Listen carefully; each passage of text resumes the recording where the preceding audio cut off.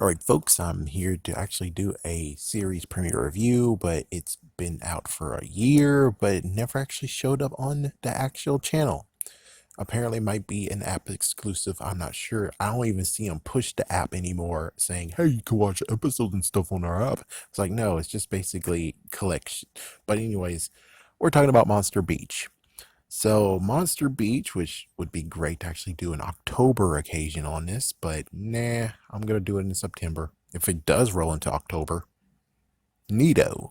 But anyways, Monster Beach is basically another show that they were gonna show, but I'm not sure. I mean, it would make sense that it was shown in October, but I remember October, and October hasn't been eventful since like 5 years ago when it comes to Cartoon Network. Yeah, they had a good running and then all of a sudden they just stopped. But anyways, Monster Beach basically is, well, you have an island, I suppose, and it's mixed with monsters and humans. All right, let's go with the first episode. The first episode is Widget loses her body. So basically, Widget is the zombie, and she's kind of like a stereotypical teenage girl or something, or basically a blondie. So apparently she was doing good and then she went to sleep, woke up, her body's gone. Her body apparently gets bored when it sleeps, so it does lots of stuff. So it's been actually wandering around in a place. Oh man. But we got to have a little bit of the culture. The fact that there's two things in the island, two separate areas. One is the Monster Beach, the other one is the normal part of the island. So the other part of the story is that we have a bride and her two bridesmaids. And apparently they were going to the beach and having an Avenger, or at least they're having their bachelorette party before she gets married. Now, the messed up part is that they went to the wrong side of the island, aka Monster Beach, and well, they seem too stupid. It seems like everyone who's a freaking human is too damn stupid. So they went to the auto shop, which is owned by a werewolf, and they said fill her up. They filled her up. The bride went to go to use the restroom. At that time, the freaking zombie's body went to go use the restroom. She opens the door. There's a zombie body. She freaks out. She faints. She is now in the restroom. Meanwhile, the zombie body, which was wandering around so much and now has a coconut on its head, or basically head coconut or coconut head. Now she just fell into the freaking car of the two bridesmaids, and now they're having the rest of the time, which means the bride missed out on all that. Meanwhile, we have the zombie trying to get, oh, Bridget, Widget. She had to actually get the phone, and she fell off the bed trying to get the phone. Then she shook the freaking table with her mouth, and boombox, lamp, electrocution, phone. And she texted the two kids who are apparently living with her, which, what's the story with that? And sadly, this is a TV show that actually is just made like many others, but doesn't have really it has a story, but we don't really know any intricate details. So the two kids come and help. They apparently, when it comes to the zombie, she's able to feel around the surroundings when she's peaceful, when she actually is calm. So they go to this guy named Brain Freeze or something. Yeah, he's just basically a surfer dude monster, and well, now she's in tune, and everything she says is kind of makes sense monster wise, but they weren't thinking human wise. So I feel myself getting winded, which means blow dryer. They were actually giving her a make steamy. They're at the spa. They thought it was the volcano. Mud. It turns out it's a mud bath, not actually in the swamp. So, phew. So eventually, you finally figured it out as soon as she actually had this weird sense of being able to tell that she was in a wedding, and well, they crashed the wedding without the bride. The bride is still fainted in the freaking restroom, which is supposed to be funny for me. I'm like, y'all guys didn't even bring the freaking damn girl. What the fuck? It's like she felt her using the restroom, and not to mention the freaking damn werewolf should have already. He should have already heard the restroom deal, and it's like no. I get he's using. He should have seen everything. He should have been able. Actually, no, he was trying to make sure that he wasn't seen by the two bridesmaids. So yeah, he didn't actually try to look at them or look at the cars, but he should have heard, I'm going to the restroom, and it's like, oh, you're back, and it's like, and now they come to bring her because the zombie's body went somewhere. It's like, yeah, you should have checked the restroom, and he didn't. Which I would have preferred that they would have just thrown her in the freaking. So they ruined the freaking wedding. Apparently the groom is an idiot. The groom's an idiot. The bride kiss a coconut, and then oh my gosh, it's like what the frick. It's supposed to be funny, but to me it's like, oh my gosh, what the frick.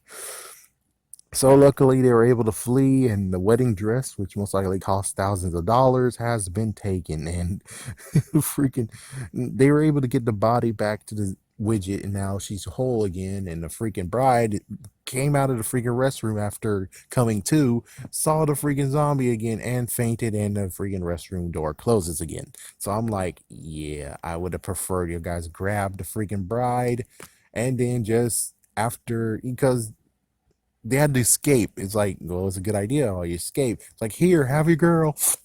And it's like, see you. It's like, yeah, instead, not that. Yeah, that's a bad taste in my mouth, period. So I'm like, because it's most likely supposed to be 30 minutes, let's see what episode 2 before I actually make a final judgment. All right. Episode 2, which is Lagoon Goons. So we get a little bit more. We find out that there's a diner, but the diner's like at the end. Anyways, what happens is that we get a new character introduced to us, and she, of course, is a beach dweller. Okay, now here's the kicker. Here's the one where I'm like, oh, shoot. It makes sense why they didn't do it on it. Because if they did it, Disney would have an issue with this character's name. Alright, you ready? Bia. Yeah. Who made this damn freaking show and not no? I guess technically Amphibia came out the same time this show came out. Yeah, it did. So happy coincidence, but now since if they decide to put this on Cartoon Network, Disney will have an issue, even though technically it came out the same year, but since it wasn't on TV, it didn't air on TV, Disney can actually have a bone to pick with them, and now they're gonna have to maybe actually get rid of her name or something. I don't freaking damn know. But anyways, so Amphibia is a beach dweller, and she actually does meditation too. Why she wasn't actually in the first episode, I don't know. So meanwhile, while they're actually trying to meditate, the boy and the girl, which don't know their names, but the boy is actually very, very capable. Wow. So, anyways, while they were meditating, a big wave came, and it turns out there's two sea lions. And the sea lions, which we later find out their names, is crap. I knew I needed to do this as fast as possible. But anyways, one of them was Buzzer. I know one of them, their name was actually Buzzer. So the two actually sound Australian, but she was trying to tell an cool gimmick about the TV show. Not all animals can talk. No animal can actually talk. Instead, it's just the monster is able to talk English. The animals aren't are able to speak their own language. But luckily, we have Amphibia who can actually tell us what the sea lions are talking about, and she thinks they're an endangered species from New Zealand. And they play it up, and they treat her like a, let's see, um I know beach butler was one of the words they said, and lagoon gal or something like that. So it's like, yeah, so they've been using her and kept using her and using her, and it's like everyone else was like, hey, we should be doing some activities together like beach ball or surfing, and nope, she had to help those guys. And eventually it came to the point of where the boy's like, okay, I have an idea. So he takes his tablet and he goes on the computer and he makes a program that can actually translate animals to human. awesome. So it's kind of funny where he actually tested, which I like that part too, where they listened to the lizard that he actually had captive, and he's like, man, this kid always feeds me stupid worms. I would love to have a apple croissant. And of course, the girl releases him, and he's like, thank you. So he gets released. What else? Oh, the fly. Oh my gosh, the fly. Oh, what the fuck? The fly. Here's exactly what he did. What happens when they actually had the fly close up to the speaker. It's like, oh, what the fuck? Oh, what the fuck? Oh, what the fuck? Oh, what the fuck? A crap. Man, gee whiz. Anyways, so they eventually finally went to the beach and they overheard everything. They exposed them to Anna from Amphibia, and Amphibia, oh, reckon with. A force to be reckoned with. She took them down and everything in it. She actually made them stranded in the sea, which apparently might be near Antarctica. Now, the cool part about this episode is they actually do nod back to previous episodes in a way.